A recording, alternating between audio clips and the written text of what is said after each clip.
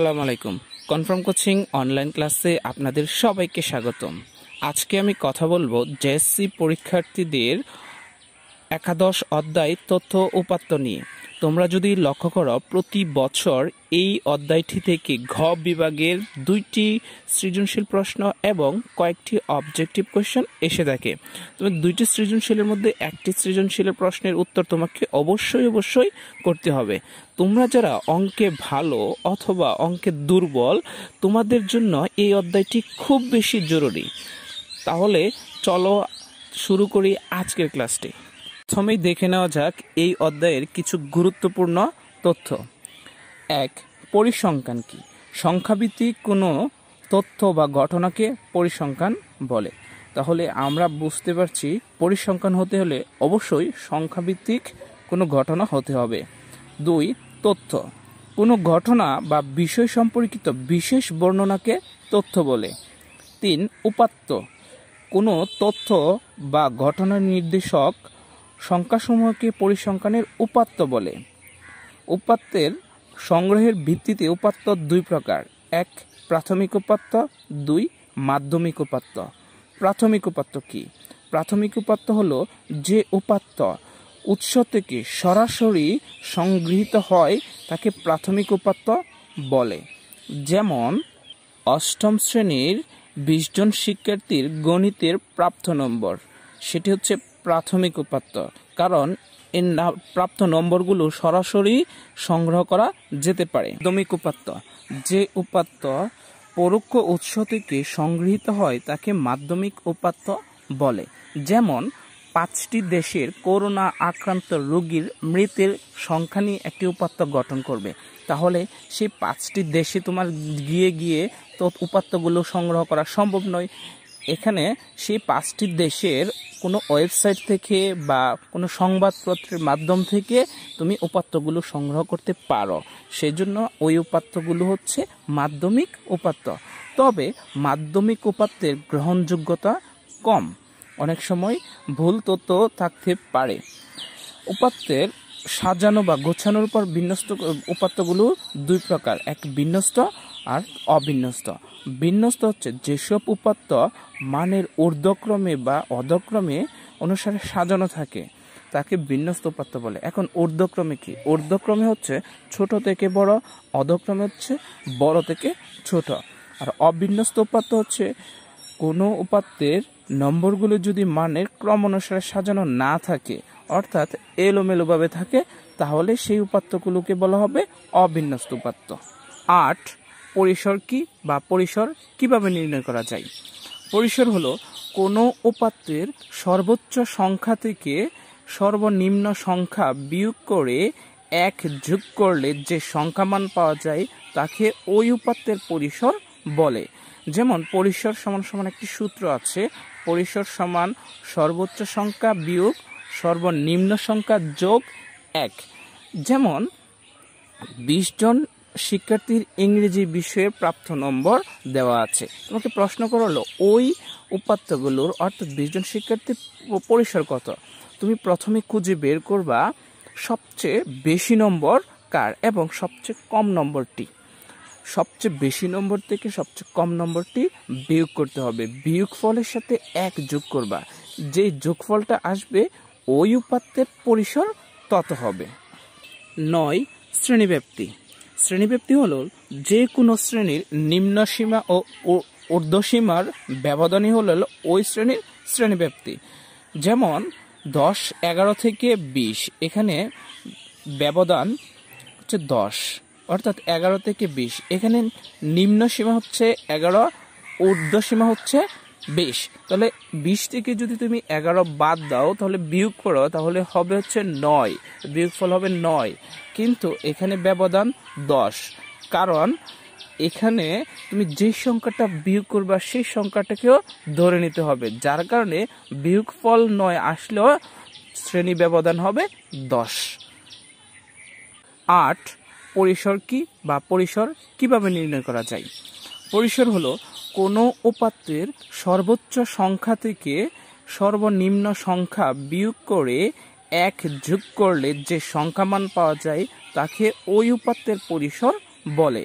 যেমন পরিসর সমান সমান একটি সূত্র আছে, পরিসর সমান সর্বোচ্চ সংখ্যা বিয়োগ সর্বনিম্ন সংখ্যা যোগ 1। যেমন 20 জন শিক্ষার্থীর ইংরেজি বিষয়ে প্রাপ্ত নম্বর দেওয়া আছে। তোমাকে প্রশ্ন করা হলো ওই উপাত্তগুলোর অর্থাৎ 20 জন শিক্ষার্থীর পরিসর কত। তুমি প্রথমে খুঁজে বের করবা সবচেয়ে বেশি নম্বর কার এবং সবচেয়ে কম নম্বরটি। সবচেয়ে বেশি নম্বর থেকে সবচেয়ে কম নম্বরটি বিয়োগ করতে হবে। বিয়োগ ফলের সাথে 1 যোগ করবা, যে যোগফলটা আসবে ওই উপাত্তের পরিসর তত হবে। 9 শ্রেণীব্যাপ্তি। শ্রেণীব্যাপ্তি হলো যে কোনো শ্রেণীর নিম্ন সীমা ও ঊর্ধ্বসীমার ব্যবধানই হলো ওই শ্রেণীর শ্রেণীব্যাপ্তি। যেমন 10, 11 থেকে 20, এখানে ব্যবধান হচ্ছে 10, অর্থাৎ 11 থেকে 20। এখানে নিম্ন সীমা হচ্ছে 11, ঊর্ধ্বসীমা হচ্ছে 20। তাহলে 20 থেকে যদি তুমি 11 বাদ দাও, তাহলে বিয়োগ করো, তাহলে হবে হচ্ছে 9, বিয়োগফল হবে 9। কিন্তু এখানে ব্যবধান 10, কারণ এখানে তুমি যে সংখ্যাটা বিয়োগ করবা সেই সংখ্যাটাকেও ধরে নিতে হবে, যার কারণে বিয়োগফল 9 আসলেও শ্রেণী ব্যবধান হবে 10। এখন আমি যেটি নিয়ে কথা বলবো সেটি সবচেয়ে বেশি গুরুত্বপূর্ণ, সেটি হলো গাণিতিক গড়। গাণিতিক গড় কি? উপাত্তসমূহের সংখ্যাসূচক মানের সমষ্টিকে উপাত্তসমূহের সংখ্যা দিয়ে ভাগ করলে যে মান পাওয়া যায় তাকেই গাণিতিক গড় বলে। গাণিতিক গড়ের একটি সূত্র আছে, সেটি হচ্ছে গাণিতিক গড় সমান সমান x var সমান 1/n সামেশন fi xi। এখানে গড়কে x বার দিয়ে প্রকাশ করা হয়, আর n হচ্ছে গণসংখ্যা, অর্থাৎ একটি উপাত্ত দিয়েই বলবে ওই উপাত্তের গাণিতিক গড় কত। অর্থাৎ এখানে যতগুলো সংখ্যা থাকবে সেই সংখ্যাগুলোকে বলা হবে গণসংখ্যা, যা আমরা আগেই দেখেছি। এখানে n এর মানটা হচ্ছে গণসংখ্যা, আর সামেশন হচ্ছে যোগফল, fi হচ্ছে ওই গণসংখ্যা এবং xi হচ্ছে ওই উপাত্তের মধ্যমানের গুণফল। অর্থাৎ fi xi এবং গণসংখ্যা এবং মধ্যমানের গুণফল সমষ্টি হচ্ছে সামেশন fi xi। তাহলে আমরা পরবর্তীতে খুঁজ বের করব যে কিভাবে গাণিতিক গড় নির্ণয় করতে হয়। 16 নম্বর মধ্যক। মধ্যক আমরা ক্লাস 7-এ 6 পড়ে আসছি, তারপরও বলে দিচ্ছি। মধ্যক কোনো উপাত্তের মধ্যক হচ্ছে উপাত্তগুলোকে মানের ক্রমানুসারে সাজালে যে মান উপাত্তগুলোকে সমান 2 ভাগে ভাগ করে থাকে ওই উপাত্তের মধ্যক বলে। মধ্যক উপাত্তের সংখ্যার উপর নির্ভর করে মধ্যকের সূত্র কোনটি হবে। মধ্যকের 2টি সূত্র আছে। যদি উপাত্তের সংখ্যা বিজোড় হয় তাহলে মধ্যক নির্ণয় সূত্র হবে উপাত্তগুলোর সংখ্যা যোগ 1/2 তম পদের মান। এখানে n+1/2, এখানে n হচ্ছে উপাত্তের সংখ্যা। যদি উপাত্তের সংখ্যা জোড় হয় তাহলে সূত্র হবে n/2 তম পদ যোগ n/2 + 1 তম পদ। অর্থাৎ যতগুলো উপাত্ত থাকবে তাকে 2 দিয়ে ভাগ করতে হবে এততম পদ, এবং যতগুলো উপাত্ত থাকবে তাকে 2 দিয়ে ভাগ করে এর সাথে 1 যোগ করলে তততম পদ।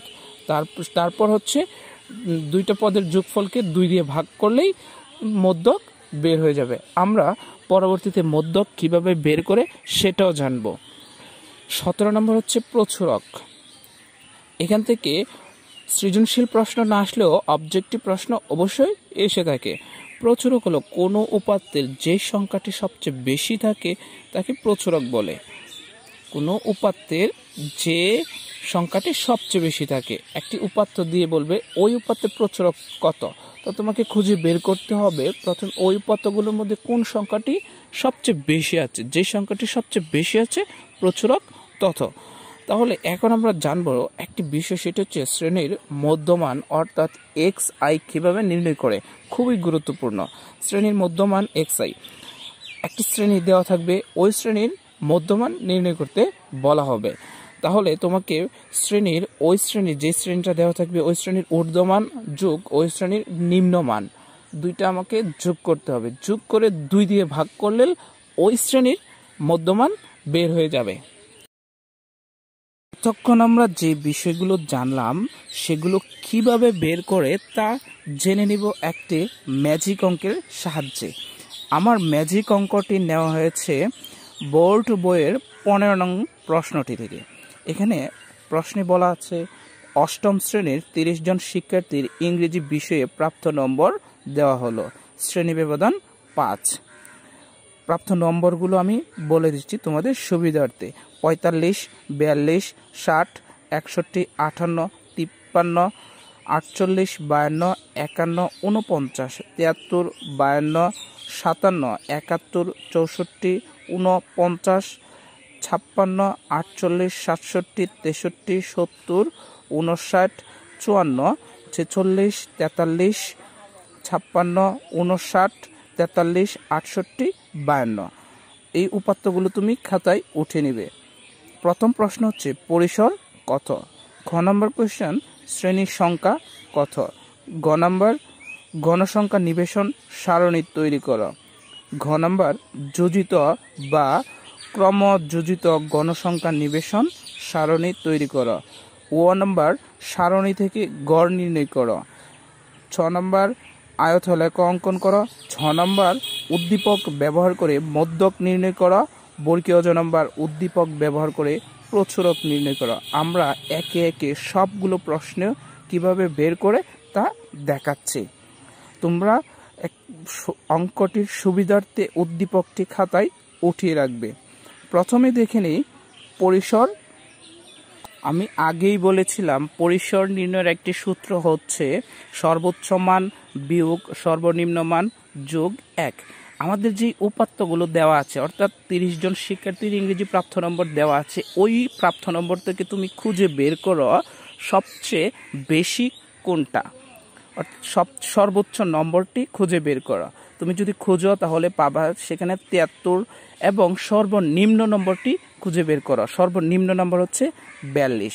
তাহলে পরিসর হবে 73 মাইনাস 42 যোগ 1। তাহলে 73 থেকে যদি তুমি 42 বিয়োগ করো তাহলে সেখানে বিয়োগফল পাবে 31। 31-এর সাথে 1 যোগ করলে পাবে 32। তাহলে ওই উপাত্তের পরিসর 32। খ নাম্বার কোয়েশ্চেন ছিল শ্রেণীর সংখ্যা কত। শ্রেণীর সংখ্যা নির্ণয় করার জন্য তোমাকে অবশ্যই শ্রেণীব্যাপ্তি লাগবে, যেটা উদ্দীপকে দিয়ে দেওয়া আছে, শ্রেণীব্যাপ্তি 5। তাহলে আমরা ক নং হতে পরিসরও পেয়ে গেলাম 32। শ্রেণী সংখ্যার একটি সূত্র ছিল, সেটি হচ্ছে পরিসর ভাগ শ্রেণী ব্যবধান বা শ্রেণী ব্যাপ্তি। তাহলে শ্রেণী সংখ্যা, তাহলে পরিসর পেয়ে গেলাম 32, শ্রেণী ব্যবধান হচ্ছে 5। 32কে যদি তুমি 5 দিয়ে ভাগ করো তাহলে 6.4। তাহলে আমি আগেই বলেছিলাম যে শ্রেণীর সংখ্যা সবসময় পূর্ণ সংখ্যা হবে, যেহেতু 6.4 আসছে শ্রেণীর সংখ্যা হবে 7। সুতরাং খ নম্বরের উত্তর হচ্ছে শ্রেণীর সংখ্যা 7। নম্বর প্রশ্নটি হচ্ছে গণসংখ্যা নিবেশন সারণী তৈরি করো। গণসংখ্যা নিবেশন সারণী তৈরি করার জন্য প্রথমে আমাদেরকে যা করতে হবে সেটি হচ্ছে পরিসর নির্ণয় করতে হবে। আর পরিসর নির্ণয় করার পরে আমাদের শ্রেণীর সংখ্যা নির্ণয় করতে হবে শ্রেণী ব্যাপ্তি দিয়ে।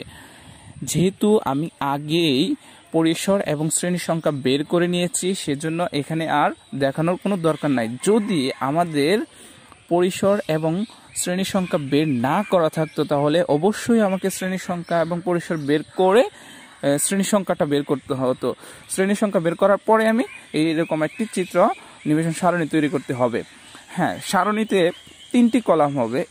প্রথম কলাম হচ্ছে শ্রেণী ব্যাপ্তি, দ্বিতীয় কলাম হচ্ছে ট্যালি, তৃতীয় কলাম হচ্ছে গণসংখ্যা। গণসংখ্যাকে ফ্রিকোয়েন্সি দ্বারা প্রকাশ করা হয়, অর্থাৎ FI দিয়েও প্রকাশ করা যায়।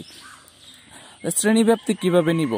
এখানে শ্রেণীব্যাপ্তি হচ্ছে উপাত্তগুলোর মধ্যে যেই সংখ্যাটি সবচেয়ে ছোট সেই সংখ্যা থেকে আমি শ্রেণী শুরু করব। এখানে আমাদের উদ্দীপকে যেহেতু 5 শ্রেণীব্যাপ্তি বলেই দেওয়া আছে বা শ্রেণী ব্যবধান 5 হবে, তাহলে আমি 42কে পাবো হচ্ছে সবচেয়ে ছোট, তাহলে 42 থেকে শুরু করব, 42-এর সাথে 5 যোগ করব, 42, 43, 44, 45, 46। তাহলে শ্রেণীব্যাপ্তি হবে 42 থেকে 46 পর্যন্ত। এটা হচ্ছে প্রথম শ্রেণীব্যাপ্তি। দ্বিতীয় শ্রেণীব্যাপ্তি হবে 47, 48, 49, 50, 51, অর্থাৎ 47 থেকে 51। তৃতীয় শ্রেণীব্যাপ্তি ঠিক 5 করে হবে 52 থেকে 56। চতুর্থ শ্রেণীব্যাপ্তি হবে 57 থেকে 61। পঞ্চম হবে 62 থেকে 66। ষষ্ঠ হবে 67 থেকে 71 এবং অষ্টম হবে 72 থেকে 76। এখন আমাকে খুঁজে বের করতে হবে ট্যালি কিভাবে নির্ণয় করা হয়। তাহলে উপাত্তগুলোর মধ্যে আমার 42 এবং 46-এর মধ্যে কোন কোন বা কতটি সংখ্যা আছে সেটা আমি খুঁজে বের করব উপাত্তগুলো ব্যবহার করে। এখানে আমাদের যদি 5টি পাই, 42 এবং 46-এর মধ্যে সংখ্যাগুলো 5টি থাকলে আমি 5টি ট্যালি চিহ্ন দিব। যদি 4টি থাকে 4টি ট্যালি চিহ্ন দিব। তাহলে আমি 42 এবং চিত্রে দেখতে পাচ্ছি 42 এবং 46-এর মধ্যে উপাত্তের সংখ্যা আছে 5টি। 47 এবং 51 থেকে উপাত্তের সংখ্যা আছে 5টি। 52 থেকে 56 উপাত্তের সংখ্যা আছে 7টি। 57 থেকে 61 উপাত্তের সংখ্যা আছে 6টি ট্যালি দিব। আর 62 থেকে 66 পর্যন্ত উপাত্তের সংখ্যা আছে 2টি। 67 থেকে 71 পর্যন্ত উপাত্তের সংখ্যা আছে 4টি এবং 72 থেকে 76 পর্যন্ত উপাত্তের সংখ্যা আছে 1টি। ঠিক সেভাবে আমি ট্যালি চিহ্ন দিব, আর ট্যালি যতগুলো হবে গণসংখ্যা ততগুলো হবে। ঠিক সেভাবেই আমরা ষষ্ঠ শ্রেণী, পঞ্চম শ্রেণী এবং সপ্তম শ্রেণীতে এই গণসংখ্যা নিবেশন সারণী তৈরি করেছি, সেজন্য আর এত বিস্তারিতভাবে আলোচনা করলাম না। গণসংখ্যা নিবেশন সারণী তৈরি করা, কিভাবে গণসংখ্যা নিবেশন সারণী তৈরি করতে হয় তাহলে আমরা আগের প্রশ্ন থেকে শিখেছি। গণসংখ্যা নিবেশন সারণী তৈরি করতে হলে প্রথমে নিতে হবে শ্রেণী ব্যবধান, গণসংখ্যা এবং ট্যালি। কিন্তু এখানে প্রশ্ন হচ্ছে ক্রমযোজিত গণসংখ্যা নিবেশন সারণী তৈরি করা। ক্রমযোজিত গণসংখ্যা নিবেশন সারণী তৈরি করতে হলেও প্রথমে নিতে হবে শ্রেণী ব্যবধান, যেটা আমরা আগের পাঠ থেকে পেয়েছি। গণসংখ্যা, সেটাও আমরা পেয়েছি। এখন মেইন পড়া হচ্ছে আমাদের ক্রমযোজিত গণসংখ্যা। কিভাবে তা নির্ণয় করে চলো দেখে নিই। ক্রমযোজিত গণসংখ্যা নির্ণয় করার জন্য প্রথমে যে গণসংখ্যাটা দেওয়া থাকবে সেটা আমাদের কাজে লাগবে। প্রথমে দেওয়া আছে, দেখো এখানে 5। তাহলে এই 5 এখানে যেটা দেওয়া থাকবে সেটা আমাদের ক্রমযোজিত গণসংখ্যা গিয়ে সরাসরি বসবে। অর্থাৎ এখানে হয়ে যাবে 5, যদি এখানে গিয়ে সরাসরি বসে তাহলে এখানে হয়ে যাবে 5। দ্বিতীয় যে 5 আছে, অর্থাৎ এই দুইটা 5, এই দুইটা সংখ্যা যোগ করব, আমি যোগ করব, যোগফলটা নিয়ে এখানে বসাবো, তো যোগফল হয়ে যাবে 10। এখন আমাদের কাজ হচ্ছে এই 10-এর যোগফল আর এই 7 যোগ করতে হবে। অর্থাৎ এখানে যেটা থাকবে সেটা, যে এই দুইটা আমাদের যোগ করে দিতে হবে। যোগফল কত হবে? 17। এভাবে বসবে। ঠিক তেমনিভাবে 17-র সাথে আমাদের এই সংখ্যাটার যোগ করতে হবে, অর্থাৎ এই দুইটা যোগ করতে হবে। 17 আর 6 এই দুইটা যদি যোগ করি তাহলে যোগফল হবে 23। এখন এভাবে এই 23-এর সাথে এই 2 যোগ করতে হবে, যোগফল হবে 25। ঠিক তেমনিভাবে 25-এর সাথে যোগ করতে হবে 4। 25-এর সাথে 4 যদি যোগ করি তাহলে আমি পাবো 29। এই 29-এর সাথে আবার এটা যোগ করতে হবে, তাহলে পেয়ে যাব 30। দেখো এখানে গণসংখ্যা ছিল 30 এবং ক্রমযোজিত গণসংখ্যাও 30।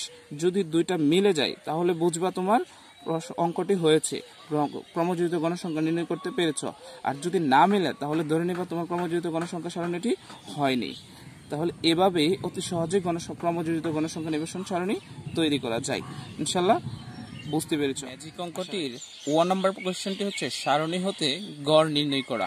খুবই খুবই খুবই গুরুত্বপূর্ণ প্রশ্ন, এটা তোমাদের পরীক্ষায় আসবেই। যে কোন গ নম্বর কোশ্চেনে এটা অবশ্যই দেয়।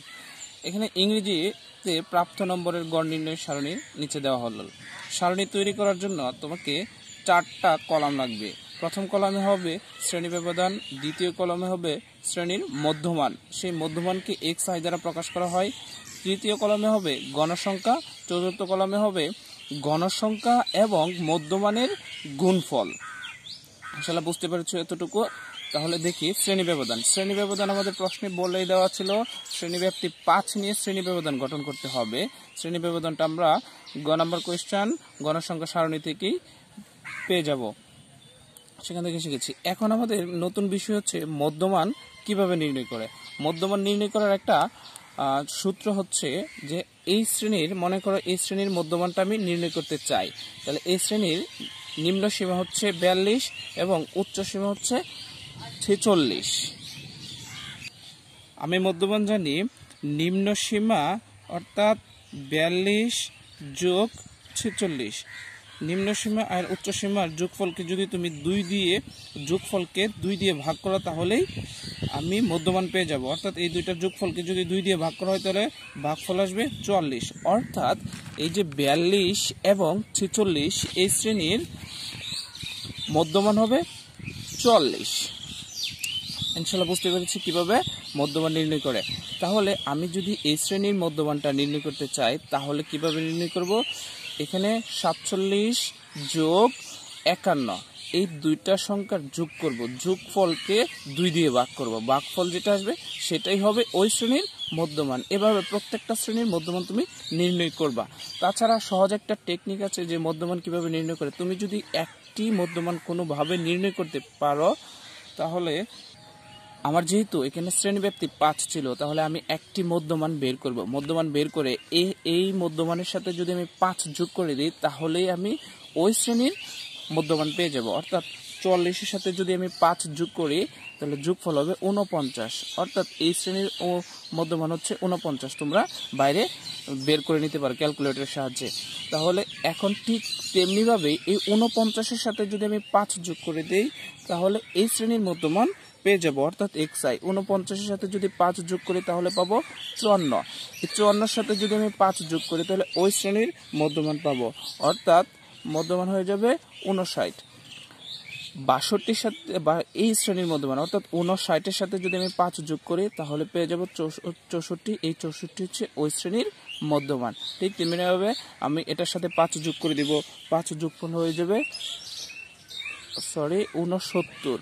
এই 69 হয়ে যাবে ওই শ্রেণীর মধ্যমান। এবং ওই শ্রেণীর মধ্যমানটা কিভাবে হবে তোমরা নিশ্চয়ই বুঝতে পেরেছো। তাহলে ওই 69-এর সাথে যদি 5 যোগ করতে হবে, 69-এর সাথে 5 যোগ করলে 74 হবে ওই শ্রেণীর মধ্যমান। ঠিক আছে, তাহলে আমরা শিখতে পেরেছি মধ্যমান কিভাবে নির্ণয় করে। এখন আমরা দেখব এই মধ্যমানকে তো xi দ্বারা প্রকাশ করা হয় আর গণসংখ্যাকে fi দ্বারা প্রকাশ করা হয়। এখানে একটা কলাম আছে, সেই কলামটা কিভাবে পূর্ণ করা হয়? সেই কলামটা পূর্ণ করার জন্য অবশ্যই এটা হচ্ছে fi আর xi, অর্থাৎ fi আর xi এর গুণফল হবে। এখানে xi এর মান হচ্ছে 40, fi এর মান হচ্ছে 5। 40-এর 5-এর গুণফল তোমরা ক্যালকুলেটরের সাহায্যে গুণ করে নিবা। 40-এর 5-এর গুণফল হবে 220। তাহলে এটা কিভাবে হবে? এই 49 আর 5-এর গুণফল হবে, এই 49 আর 5-এর গুণফল হবে 245। তোমরা ক্যালকুলেটরের সাহায্যে আবার এই 54-এর সাথে 54 আর 7-এর গুণফল, 54 আর 7-এর গুণফল হচ্ছে 378, সেটা ক্যালকুলেটরের সাহায্যে নির্ণয় করবা। তাহলে এখানে কত হবে? এখানে হবে, এখানে x এর মান হচ্ছে 59 এবং fi এর মান হচ্ছে 6। তাহলে 59 আর 6 গুণ করতে হবে, গুণ করলে হবে 354। এখানে হচ্ছে 64 আর এখানে 2, 64 আর 2 গুণ করতে হবে, গুণফল হবে 128। এখন 69 আর 4 গুণ করলে হবে 276। আবার 74 আর 1 গুণফল হবে 74। এখন এই কাজটি কি হবে? এই কলামে হবে, দেখো গণসংখ্যা আমি যদি সবগুলো যোগ করি তাহলে পাবো 30। তাহলে এই সবগুলো যোগ করতে হবে। এই যোগফলটাকে আমি এই চিহ্নটা দ্বারা প্রকাশ করতে পারি। এই চিহ্নটার নাম হচ্ছে সামেশন, অর্থাৎ যোগফল। এই সবগুলো তুমি একটা একটা ক্যালকুলেটরের সাহায্যে যোগ করবা। যোগফল হবে, তুমি যদি ক্যালকুলেটরের সাথে যোগ করো, যোগফল হবে 1675। এখন আমি গড় নির্ণয় করব। গড় নির্ণয় করার জন্য একটি সূত্র লাগবে, সূত্রটি একটু দেখে নেই। সূত্রটি হচ্ছে, গড় নির্ণয়ের সূত্র হচ্ছে গড়, গাণিতিক গড় কে আমরা x বার দ্বারা প্রকাশ করি। x বার সমান সমান summation fi xi by n। দেখো এখানে আমাদের সবগুলোর মান পেয়ে গেছি। যে summation fi xi, summation fi x এর মান হচ্ছে 1675। তাহলে এখানে বসাই দিই আমি 1675 আর n এর মান হচ্ছে 30। তাহলে n এর মান আমি এখানে বসালে 1675 কে 30 দ্বারা ভাগ করো। তোমরা ক্যালকুলেটরের সাহায্যে সেই ভাগটা করে নেবা। তাহলে এটা দিয়ে যদি ভাগ করা তাহলে ভাগফল পাবো হচ্ছে 55.83। তাহলে আমাদের গড় হয়ে যাবে 55.83 আর উত্তর হয়ে যাবে 55.83। এই কোশ্চেনের উত্তর। Thank you. ইনশাল্লাহ আশা করি তোমরা সবাই বুঝতে পেরেছো। ঠিক তেমনিভাবে প্রত্যেকটি প্রশ্নের যখনই তোমাকে বলবে গড় নির্ণয় করা, তাহলে আমাদের শ্রেণী ব্যবধান নিতে হবে, মধ্যমান নিতে হবে, গণসংখ্যা সারণী এফআই নিতে হবে, তারপরে এফআই আর এক্স এর গুণফল নিতে হবে, তারপরে সেই গুণফলগুলো যোগ করতে হবে, গণসংখ্যাগুলো যোগ করতে হবে, যোগ করে আমার গড় নির্ণয় সূত্রটাতে বসাতে হবে। গড় নির্ণয় সূত্রটা হচ্ছে এক্স বার সমান summation fi xi by n. সেই সূত্রতে বসালেই তোমরা যে কোনো সংখ্যা মানে যে কোনো উপাত্তের গড় নির্ণয় করতে পারবে। 6 নম্বর প্রশ্নটি হচ্ছে উদ্দীপক ব্যবহার করে মধ্যক নির্ণয় করা। মধ্যক নির্ণয় করার জন্য আমাদের প্রথমে যে কাজটা করতে হবে সেটি হচ্ছে উপাত্তগুলোকে প্রথমেই বিন্যস্ত করে নিতে হবে। বিন্যস্ত তো দুইভাবে করা যায়, একটা হচ্ছে ঊর্ধ্বক্রমে, অধক্রমে। আমি উপাত্তগুলোকে ঊর্ধ্বক্রমে বিন্যস্ত করে নিতে হবে। উপাত্তগুলোকে বিন্যস্ত করে নেওয়ার পরে দেখতে হবে উপাত্তের সংখ্যা কতটি। উপাত্তের সংখ্যা যদি জোড় হয় তাহলে আমাদের মধ্যকের জোড় নির্ণয় সূত্রটি ব্যবহার করব। যদি উপাত্তের সংখ্যা বিজোড় হয় তাহলে বিজোড় নির্ণয়ের সূত্রটি আমরা ব্যবহার করব। যেহেতু আমাদের উদ্দীপকে উপাত্তের সংখ্যা 30টি, যা জোড় সংখ্যা, সুতরাং আমি জোড়ের সূত্রটি এখানে ব্যবহার করতে হবে। জোড়ের সূত্রটি এখানে লেখা আছে মধ্যক সমান সমান n/2 তম পদের মান প্লাস n/2 প্লাস 1 তম পদের মান। এখানে n এর মান হচ্ছে 30, অর্থাৎ যতগুলো উপাত্তের সংখ্যা। এখন 30কে যদি 2 দিয়ে ভাগ করি এততম পদের মান, যোগ 30কে 2 দিয়ে ভাগ করে তার সাথে 1 যোগ করে এততম পদের মান, অর্থাৎ 30কে 2 দিয়ে ভাগ করলে 15তম পদের মান, যোগ 30কে 2 দিয়ে ভাগ করে 15 পদের 15 সাথে 1 যোগ করলে হচ্ছে 16তম পদের মান ভাগ 2। তাহলে এখানে আমি যদি উপাত্তগুলোর সংখ্যাগুলোকে যখন সাজিয়েছিলাম সেখানে লক্ষ্য করি প্রথম থেকে গণনা শুরু করি, তাহলে 15তম 14টার পরে আমি 15তম পদটি পাবো। এখানে 15তম পদ হচ্ছে 54 এবং 16তম পদের মান হচ্ছে 56। 54 56 যোগ করে তাকে 2 দিয়ে ভাগ করব, ভাগ করলে আমাদের মধ্যক বের হয়ে যাবে, অর্থাৎ 54 56 যোগফলকে 2 দিয়ে ভাগ করলে হবে 55, অর্থাৎ আমরা পেয়ে গেলাম এখানে মধ্যক 55। ইনশাল্লাহ বুঝতে পেরেছি মনে হয়। বর্গীয় জনমার প্রশ্নটি হচ্ছে উদ্দীপক ব্যবহার করে প্রচুরক নির্ণয় করা। তাহলে প্রচুরক নির্ণয় কিভাবে করব সেটা একটু দেখে নিই। প্রচুরক হলো উদ্দীপকের ভিতরে যেই উপাত্তগুলোর সংখ্যা সবচেয়ে বেশি বেড়াচ্ছে সেটি হচ্ছে প্রচুরক। এখানে উদ্দীপকটি যদি আমি লক্ষ্য করি তাহলে দেখা যাবে 43, 48, 49, 56 ও 59 এই সংখ্যাগুলো আছে 2 বার করে, কিন্তু 52 সংখ্যাটি আছে 3 বার, আর বাকি সংখ্যাগুলো আছে প্রত্যেক 1 বার করে বিদ্যমান, যার কারণে সবচেয়ে বেশি বার আছে 52, সুতরাং প্রচুরক হবে 52। ঠিক তেমনিভাবে যে কোনো অঙ্ক দিয়ে যদি বলে প্রচুরক কত, তাহলে তোমাকে দেখতে হবে সবচেয়ে বেশিবার কোন উপাত্তটি আছে। যদি কোনো উপাত্তই সবচেয়ে বেশিবার না থাকে, অর্থাৎ সবগুলো যদি 1 বার করে থাকে, তাহলেই প্রচুরক হবে।